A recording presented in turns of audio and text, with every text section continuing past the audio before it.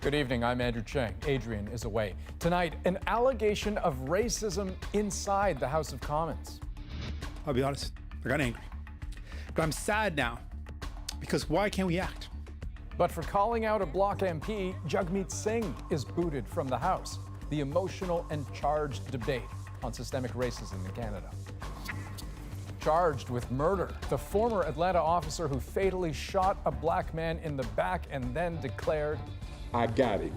Prosecutors unveiled disturbing new details in a case that has sparked outrage. Stunning allegations about President Trump from a former ally. I think Putin thinks he can play him like a fiddle. Favors for dictators, mixing up world leaders, and obsessed with re-election. John Bolton's tell-all goes public. And Jemima pancakes. And a sign of change at the breakfast table. Quaker Oats pulls the Aunt Jemima brand. That image is very much linked to Black inferiority. Hear why many say it shouldn't stop there. This is The National.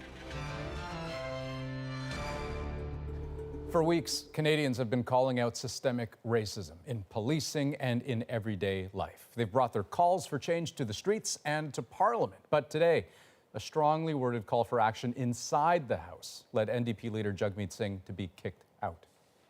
Why can't we act? Why can't we do something to save people's lives? We can do something. And why would someone say no to that?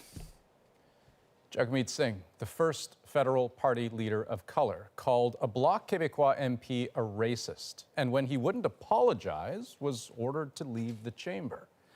It's a strong word during a period of reckoning for this country, and a word Singh is standing by tonight. David Cochran takes us through what happened. I also have a unanimous consent motion. It started with a motion on systemic racism in the National Police Force. As several Indigenous people have died at the hands of the RCMP in recent months. But it went nowhere when the Bloc Québécois stopped it from going ahead. No, okay, we don't have a unanimous consent, I'm afraid. That isn't unusual. What followed is. An angry Jagmeet Singh called Bloc MP Alain Therrien racist. Therrien, sitting in the bottom right of your screen, let others speak for him as the Bloc demanded an apology, saying this is unacceptable, but no apology came. Instead, Singh doubled down. Je l'appelais un raciste et je le crois. Singh's refusal to apologize was a breach of parliamentary rules, so the Speaker kicked him out. I order you withdrawn from the House for the remainder of the sitting day. The Bloc Québécois has a very different explanation for all of this than the one being offered by Singh. The Bloc says a parliamentary committee has already been tasked with studying systemic racism in the RCMP, and that Singh's motion would be imposing a conclusion before that committee even starts its work. In that context, someone who votes against that is a racist, yes. That didn't satisfy Singh, who claims Therrien made a dismissive gesture towards him. And I looked back and I saw that MP not only say no, but make eye contact with me and just kind of brush his hand, dismiss it. And in that moment, I got angry. I'll be honest, I got angry. I saw the face of racism. That's what it looks like when someone dismisses the reality that people are going through. And so I had a moment of anger. A moment of anger that got him expelled from the House. He will be allowed back tomorrow. David Cochran, CBC News, Ottawa. Now, in the U.S., where anti-racism demonstrations have raged for weeks, a white police officer who fatally shot a black man has been charged with murder, and a second officer is being charged with aggravated assault. As Stephen D'Souza tells us, the district attorney also revealed disturbing new details about Rayshard Brooks' final moments, and a warning: the video that exposes those details is hard to watch. I can just go home. I have my daughters there right. For 41 minutes and 17 seconds, the district attorney says Rayshard Brooks was cooperative. Police had confronted him after the 27-year-old fell asleep in his car in a Wendy's drive-thru in Atlanta on Saturday. Mr. Brooks, on the night of this incident, was calm. He was cordial. The DA noted that after Brooks failed a breathalyzer, police failed to tell him he was under arrest, even as they cuffed him. Put your hands behind your back. What followed was a 2-minute struggle and chase, where Brooks grabbed a taser, turning to fire at officers, before getting shot twice in the back. The officer's lawyer says the killing was justified, but the DA notes the taser had already been fired twice, rendering it useless. He did not pose an immediate threat of death or serious physical injury to the officer or officers. 27-year-old Garrett Rolfe is facing 11 charges, including murder. That carries the possibility of life in prison or the death penalty. The DA also says for 2 minutes after Brooks was shot, Rolfe kicked him. A second officer, Devin Brosnan, stood on Brooks's shoulders. Neither followed procedure and offered medical aid. I don't know what I would have done if I would have seen that for myself. The new details were too much for Brooks's widow. But I felt everything that he felt just by hearing what he went through. And it hurt. It hurt really bad. The family's lawyer says the charges are a starting point, not the finish line. Justice is not something that is going to be easy in this case. In detailing the charges, the DA made a rare and surprising announcement that the other officer involved would testify against his partner. But that officer's lawyer tells CBC News that there's no agreement in place and that the charges he's facing are irrational. Stephen D'Souza, CBC News, New York. Those charges come as people everywhere continue to protest the killing of George Floyd. And today, Floyd's brother took his plea directly to the United Nations. I am my brother's keeper.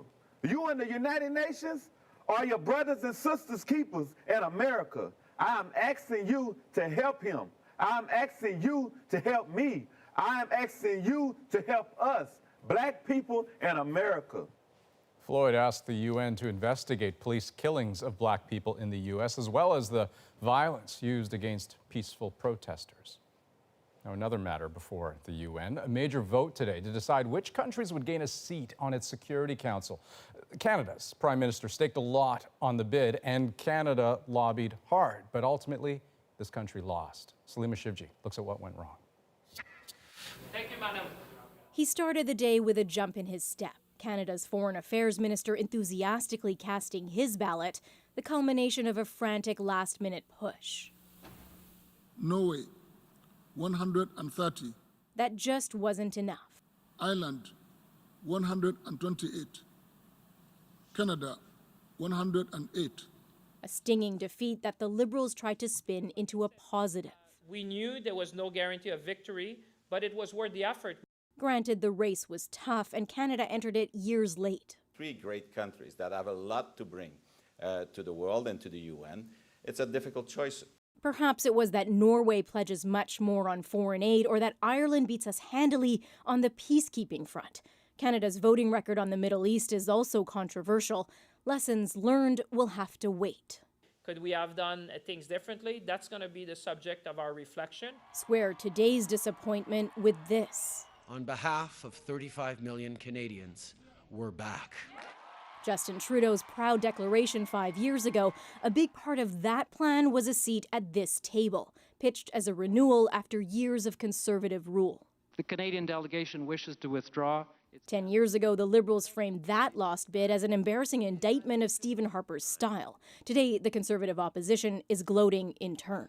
Andrew Scheer calling it a foreign affairs failure for Trudeau, a personal vanity project, a waste. Others think Canada's rhetoric was far too grand. We are measured carefully, and unless the government understands that it has no foreign policy at the moment that is credible, we're simply not going to have the international standing. We always talk about our convening power. That's just not enough.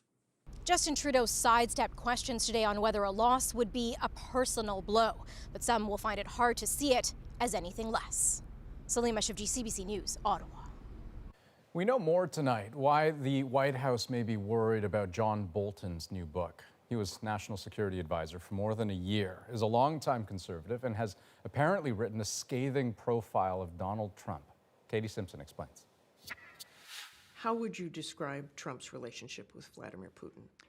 I think Putin thinks he can play him like a fiddle. I think he sees that he's not faced with a serious adversary here. Not only is the president out of his depth with other world leaders, John Bolton accuses Donald Trump of using U.S. foreign policy for his own political gain. Claiming at last summer's G20, Trump asked China's President Xi Jinping to buy more American soybeans and wheat because it would help him win farmers' votes in 2020. Whether that secured the deal is unclear, but Trump regularly promotes it, as he did today. They're buying tremendous product from farmers and from manufacturers and everything else. These are just some of the allegations laid out in the book, obtained by multiple U.S. news outlets.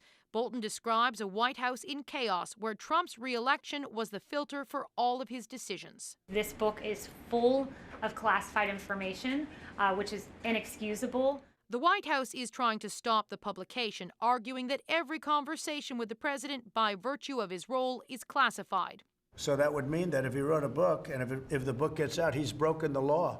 And I would think that he would have criminal problems. I hope so. Bolton describes Trump as uninformed, saying he didn't know Britain was a nuclear power and that he once asked if Finland is a part of Russia. He claims the president said invading Venezuela would be cool and that his efforts for peace with North Korea were nothing more than a photo op. In 2018, conversations between Trump and Kim Jong-un were going so poorly, Bolton says, that Secretary of State Mike Pompeo slipped Bolton a note about Trump, saying, quote, "He is so full of shit." Loyalty is king for the president. With some of his allies reportedly laughing at him behind his back, it could cause even more turmoil at the White House. Katie Simpson, CBC News, Washington. Now, here in Canada, the Conservative Party leadership race has been mostly virtual because of the pandemic. But tonight, all four candidates faced off for the first time during a French debate, and that put their language skills to the test. Catherine Cullen takes us there. They aspire to lead the Conservatives and the country. But tonight, they mainly hoped to speak decent French. Results were mixed. Ce soir, je vais faire des erreurs, malgré mon petit accent. Je me présente. Comme Premier Ministre, j'empêcherai. The party says the candidates knew only the subjects in advance. They were able to lean on their notes. Je veux crier. Sometimes heavily. Malgré interférence. It took some life out of the debate, though there were a few energetic exchanges. Monsieur McKay, j'ai une question pour vous, monsieur. J'ai une question pour vous. Est-ce que vous êtes pro-choix ou pro-vie? Monsieur Autour, est-ce que vous êtes pro-choix ou pro-vie? Particularly between the perceived frontrunners. Oui, j'ai beaucoup d'appui. While the audience for this debate might be limited, make no mistake, French does matter. Stephen Harper worked to build up his French over the years, knowing electoral success in Francophone Canada, especially Quebec, was key. I find it very hard to have any majority government if Quebec is not a part of your equation, right? It's not a part of your political strategy. So they do matter quite a bit. And it's not just Quebec. Polls across the country show most voters want a prime minister to be bilingual. On va gagner au Québec et en Ontario, et on doit reprendre le pays sur la rail. The dynamics will undoubtedly change tomorrow night when they debate in English. The winner will be chosen by mail-in ballot due August 21st. Catherine Cullen, CBC News, Ottawa. The Alberta government revealed the report of its Fair Deal panel today. Last fall, Jason Kenney tasked it with the job of hearing from regular folks to get their ideas on how to create greater provincial autonomy. Rafi Boudjikanian looks at the recommendations and the Premier's response. We told the federal government that this would happen if they did not listen to Albertans. Today's report breathed new life into old grievances, including the way Canada's equalization program works. And so we must take a lesson from Quebec in elevating our fight for fairness through a referendum, which we intend to do next year. Looking to Quebec again, the Fair Deal panel also recommends the province have its own pension plan. In principle, Albertans do not trust this Premier with anything to do with their retirement. But in last year's provincial election, Albertans overwhelmingly put their trust in Kenney's party. Then in the fall, a minor separatist movement took hold, and Albertans declined to send any Liberals to Parliament in the federal election. That's when Kenney announced this report would be coming. A pressure release, as it were, for that frustration that has been building up. Among the report's other recommendations, an Alberta police service to replace the RCMP, something the government said today it will further study. I am a bit concerned to the point of alarm about other parts of the report, though. This political scientist says the panel's recommendations do lean into a province versus Ottawa narrative that's usually popular in these parts. If you're a good Albertan, you're with us, and if you're with us, you're against them. The province says it'll hold a referendum on equalization next year, but a change like that would require the support of Ottawa and the other provinces. An entirely different challenge altogether. Rafi Bujikanian, CBC News, Edmonton. Families of Nova Scotia mass shooting victims are suing the RCMP in the province, alleging authorities failed to protect their loved ones from the rampage that left 22 people dead. Two families have filed a proposed class action, which lists an array of issues with how the tragedy was handled, from how families were informed about the deaths to an allegation that police released a vehicle to a family with body parts still inside. Both the RCMP and the province have declined a request for comment. Well, Canada is closing in on a grim milestone. There have now been nearly 100,000 cases of COVID-19 in this country. The two trouble spots, Ontario and Quebec. But even Ontario, with 190 new cases, is continuing its downward trend.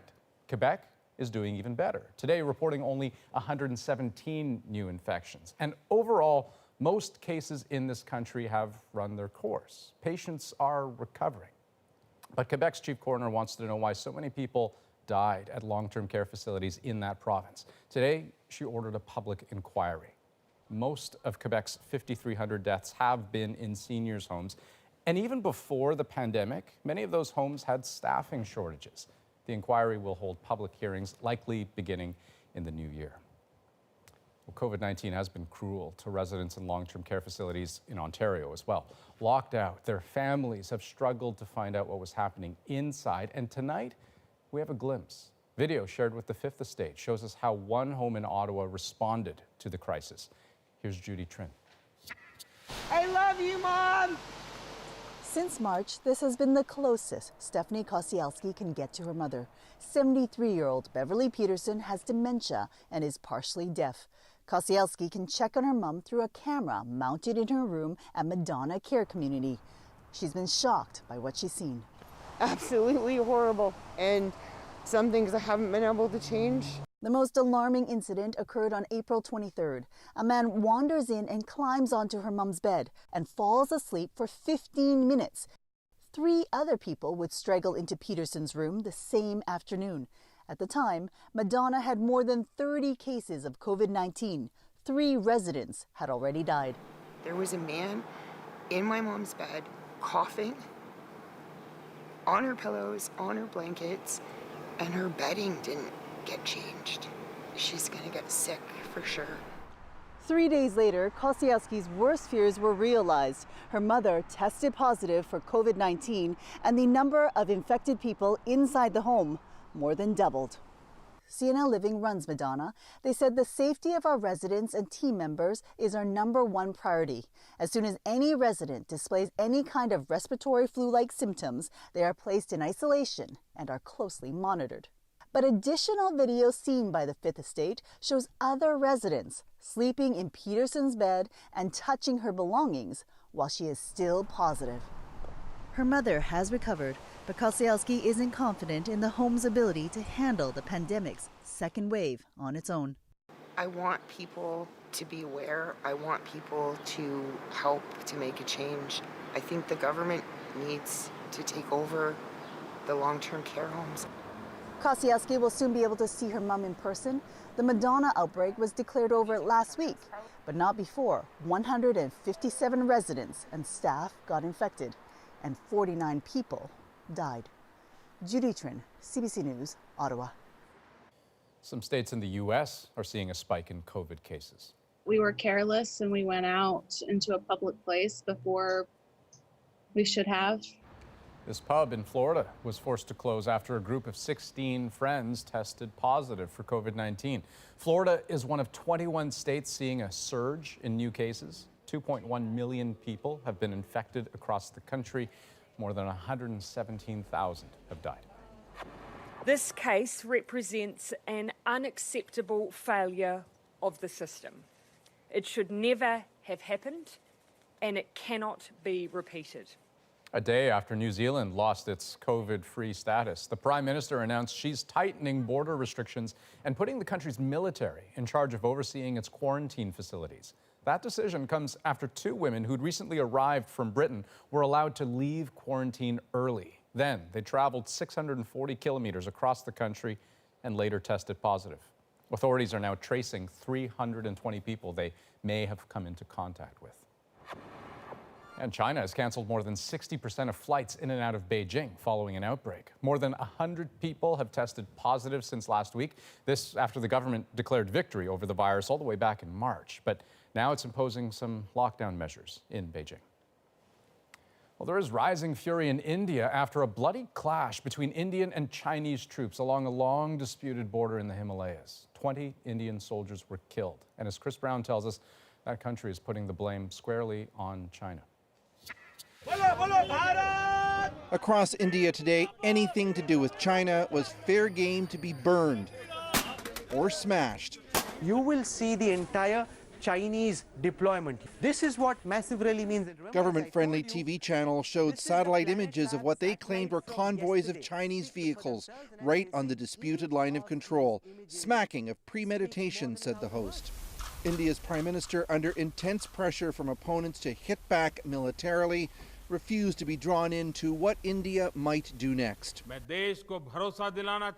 I want to assure the nation that the sacrifice of our soldiers will not go to waste, he said. The disputed Galwan Valley runs through some of the highest, most inhospitable terrain in the world. India says China has been whittling away at the border area, taking more territory even as India builds new roads and infrastructure. While it appears both sides honored an old agreement not to bring guns into the area, the Chinese soldiers were clearly ready for a fight, wielding bats studded with nails, possibly several hundred of them, say Indian officials. A lot of this is for domestic consumption. This Canadian observer says no way it was unplanned. Maybe China was trying to distract its people from the coronavirus. If you're going to come that prepared and you're prepared to inflict those sorts of injuries in a such highly contested area, that would have had to have been authorized through the chain of command, and that folks in Beijing would have had to have been aware of it. China denies it was the instigator, and its foreign ministry emphasized the government wants to solve differences through dialogue. But while neither side wants a war, along with India's slain soldiers, Indian pride has also been wounded.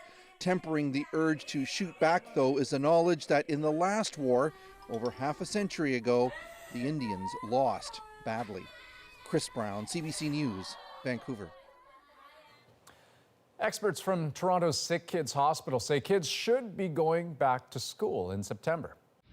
Not being with their friends and peers is having such profound impact on children already. Up next, why class time could be worth the risk. Plus, scrapping a logo with a long racist history, and a social side effect of the pandemic. This is about really, treating adults like adults, allowing them to do some alfresco dining. Could public drinking be coming to a park near you? We're back in 2.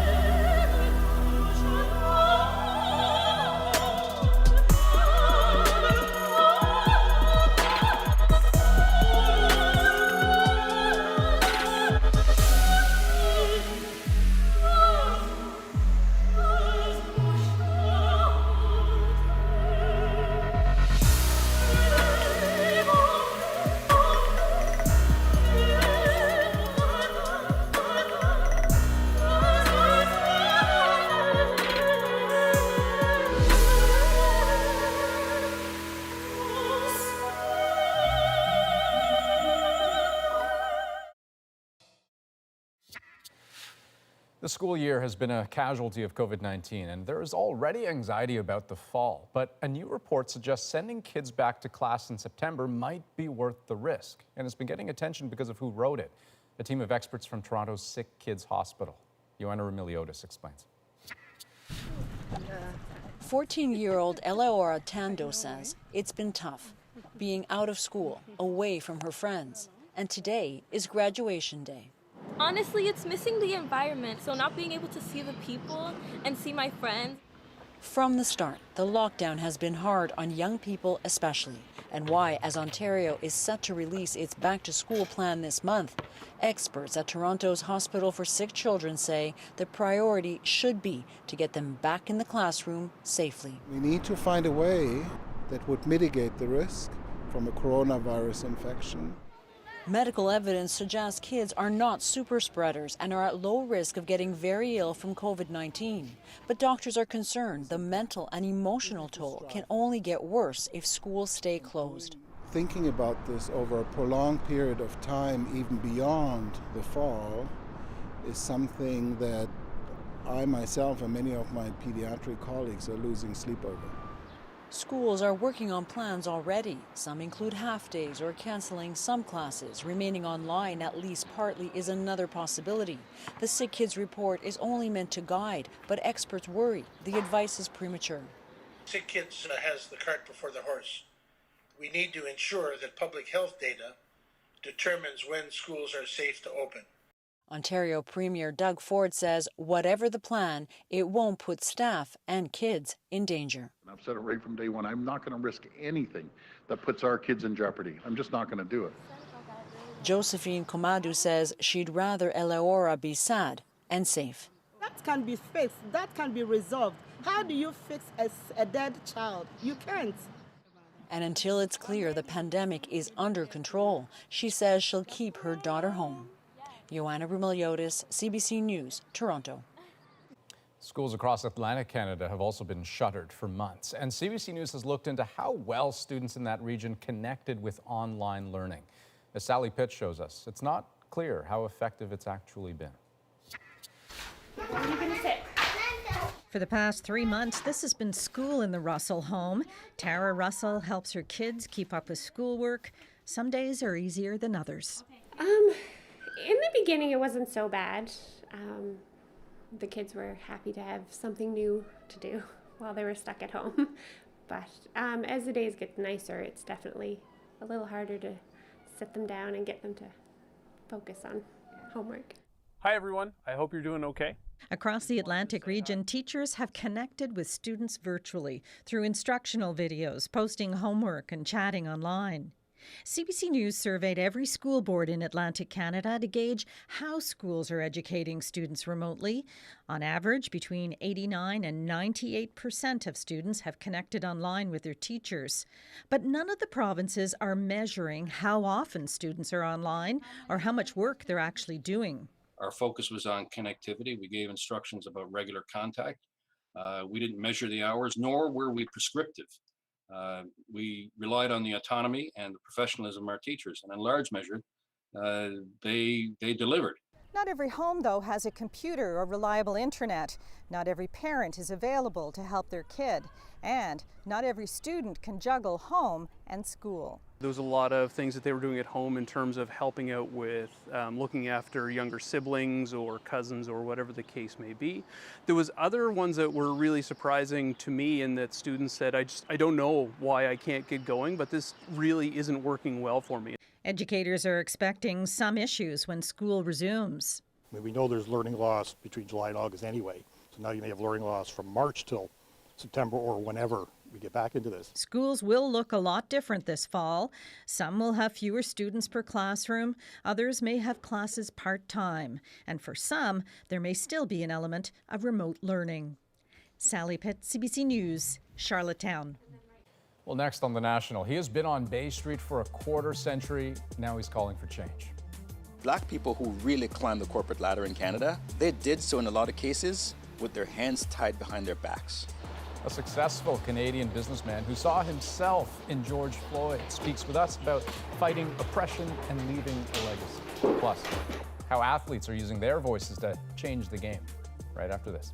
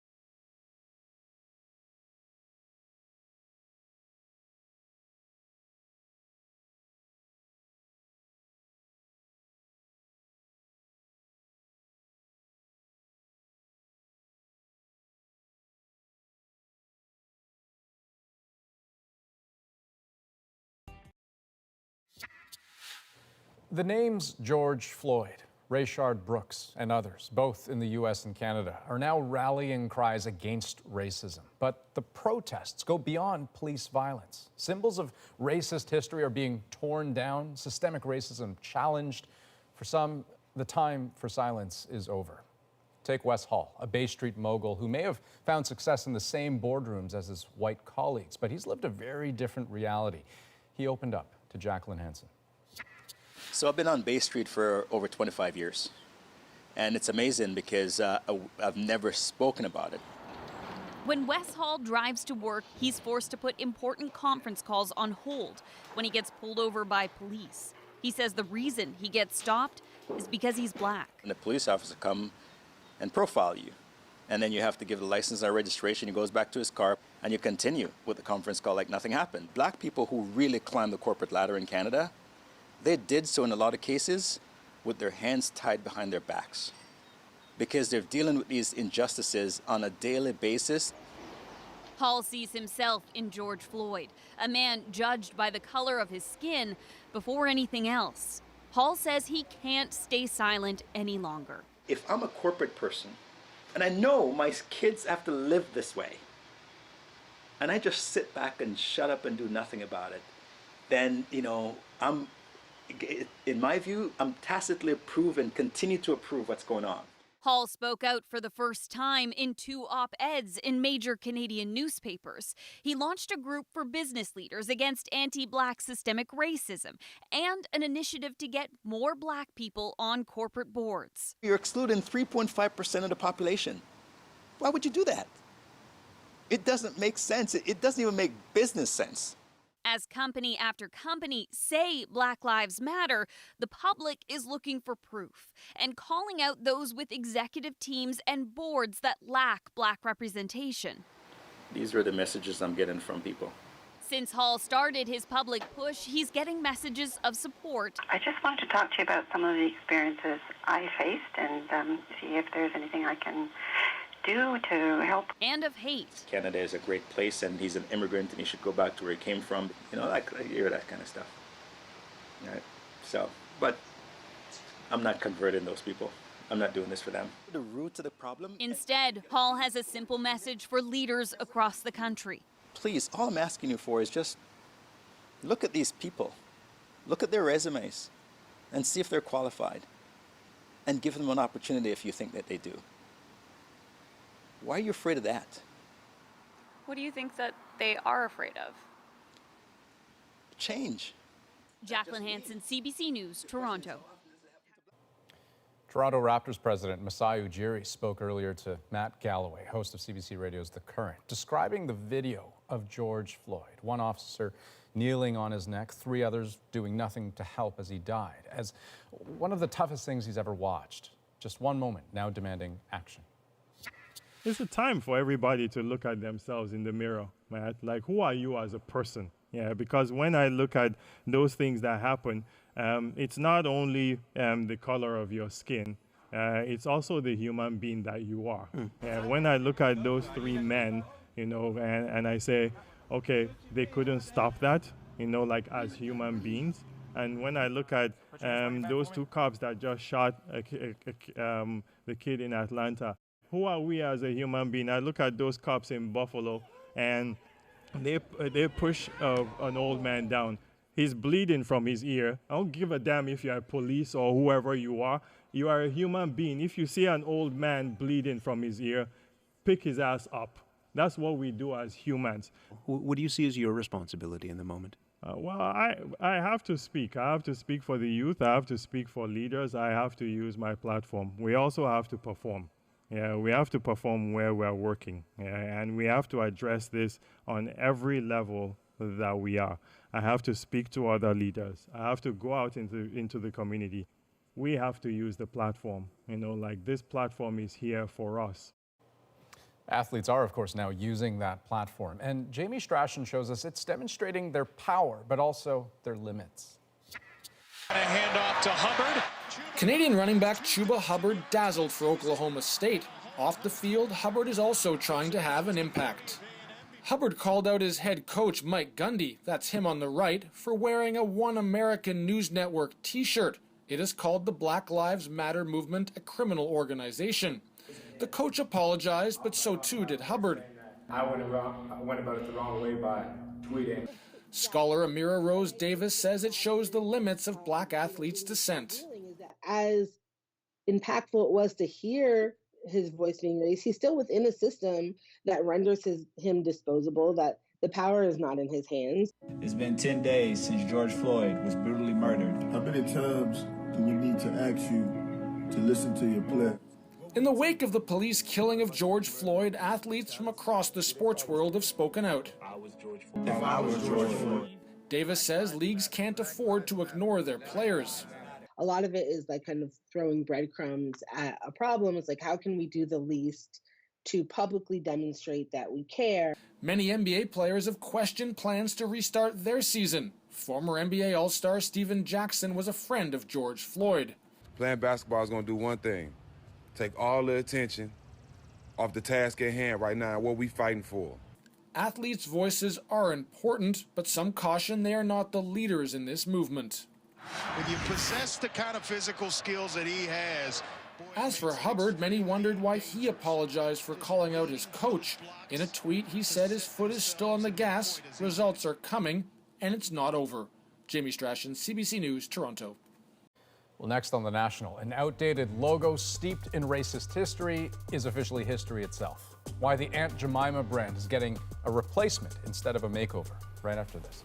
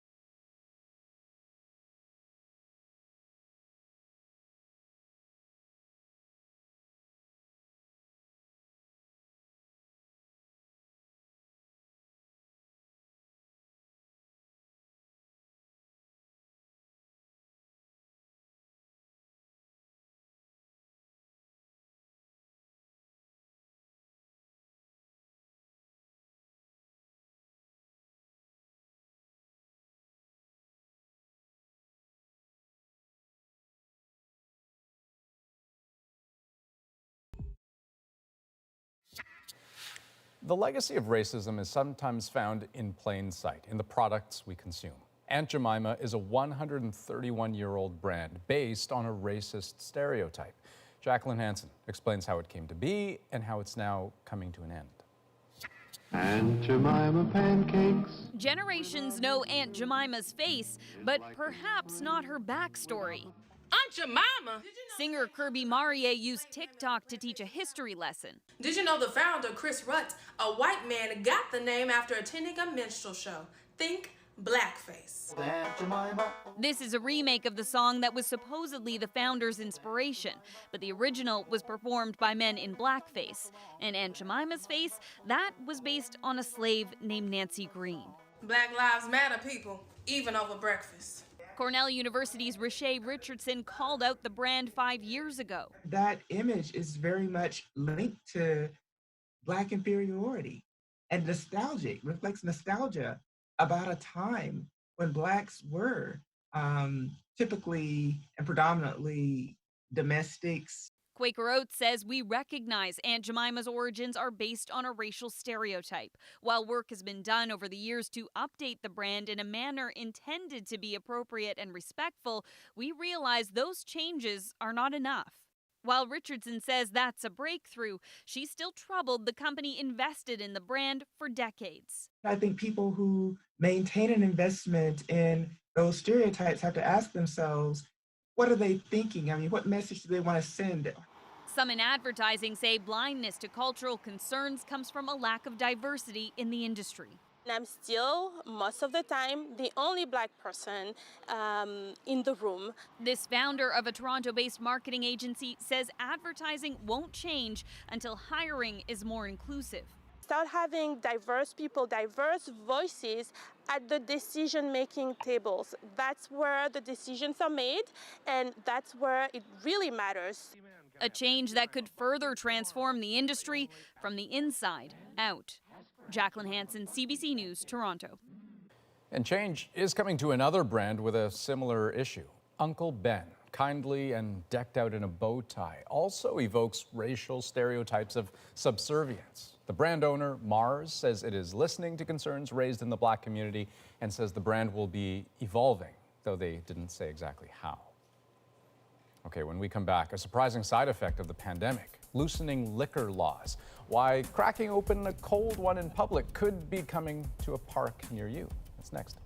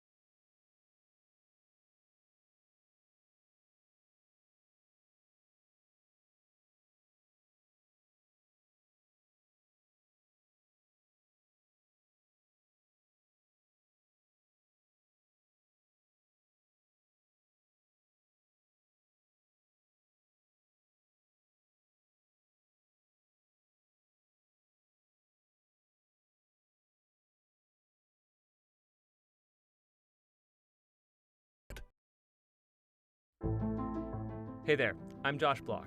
Tomorrow on CBC's daily news podcast Front Burner, the troubled launch of video streaming app Quibi and how nearly $2 billion of startup cash could not make it succeed. Subscribe wherever you get your podcasts. In light of the pandemic, several cities across Canada are relaxing the rules on public drinking. Advocates say it's less risky than having people gather indoors. Tina Lovegreen has the view from Vancouver. On a beautiful evening, you can catch plenty of people cracking open a cold one on Vancouver beaches. It's illegal, and police remind people of that, but it could soon change. The city is looking at tweaking bylaws to allow residents to drink at some public plazas. It's kind of unfair to folks who live in small apartments and maybe don't have yards where they can have a drink outdoors with their friends. We know that enjoying the outdoors is the safest way to avoid COVID-19 rather than being indoors. It's a plan also being considered by the board that oversees Vancouver's parks and beaches. Liquor laws around the country have eased to help the struggling hospitality industry. Quebec City allows drinking in large urban parks as long as it's with a meal. And Toronto promises to fast-track applications for patios to spill over into sidewalks and streets. This is about really, treating adults like adults, allowing them to do some al fresco dining. The city of North Vancouver just approved a drinking in public plan to help struggling restaurants, which can now sell alcohol with takeaway. People are, for the most part, sensible. And if you travel around the world, everybody else is doing it, so why not us? In BC's Okanagan, Penticton gave the green light for booze on some beaches. It's nice to not have to hide your beers and we can enjoy the beach. But health officials warn increasing availability also comes with risks. Not all adults drink to excess, but a significant proportion, for example, of young adults in British Columbia report binge drinking. We know that our hospitalization rates for a whole host of alcohol-related issues are very, very high. But so are fears of spreading COVID-19 if people socialize indoors instead of outside. Tina Lovegreen, CBC News, Vancouver. Now, while some Canadian expats and travelers raced home in the early days of this pandemic, many others stayed put. Tonight, in our pandemic diary, we hear from a couple riding it out in the Netherlands. My name is Daryl.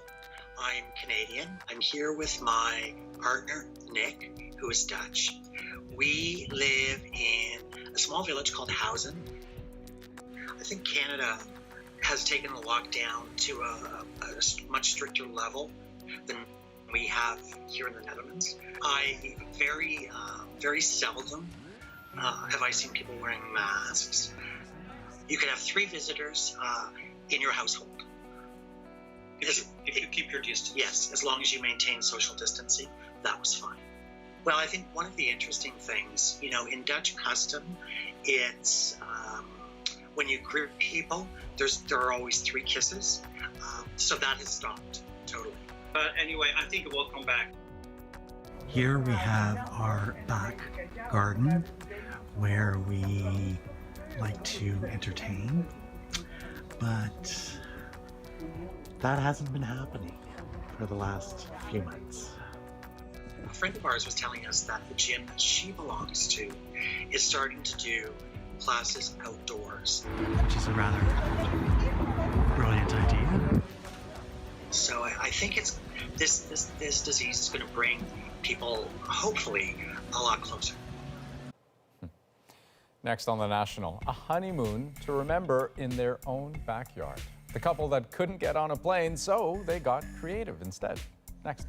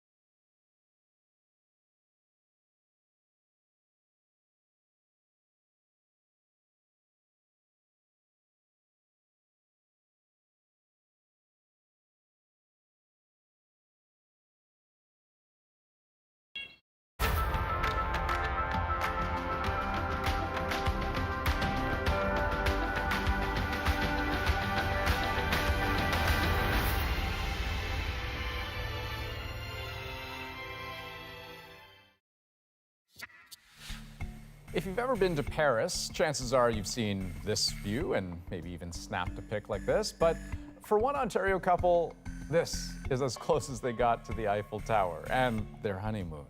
The pandemic forced them to postpone their wedding and their trip to Paris. In fact, they were supposed to be there right now. So instead, they decided to get a little creative, and that is tonight's moment.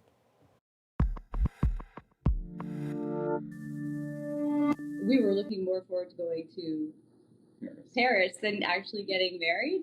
So I didn't want to feel like sad for 2 weeks. So I thought, let's just go anyways. And they did just that, sort of, packing their bags and bringing Paris to them, like eating crepes on a terrace or ordering French wine at a bistro and finding the best croissants. This is how they've been spending their honeymoon, sightseeing around Windsor and sharing pictures on social media. I really like going to Versailles, which That is, was nice. yeah, Versailles was beautiful. Yeah, Manuel wasn't wearing any shoes because, yeah, these are, because it's not like we really think too far into these pictures. Another perk, no crowds, no lines in front of the Mona Lisa or the Eiffel Tower. We've had family and friends actually think we're in Paris. For now, their wedding is pushed back to next summer. And as for that honeymoon... In Paris? Hopefully. They're awesome. You guys are awesome. And did you see how close they could get to their version of the Mona Lisa? You're never going to get that close in the real thing. It's a good trip. That's the National for this Wednesday, June 17th. Good night.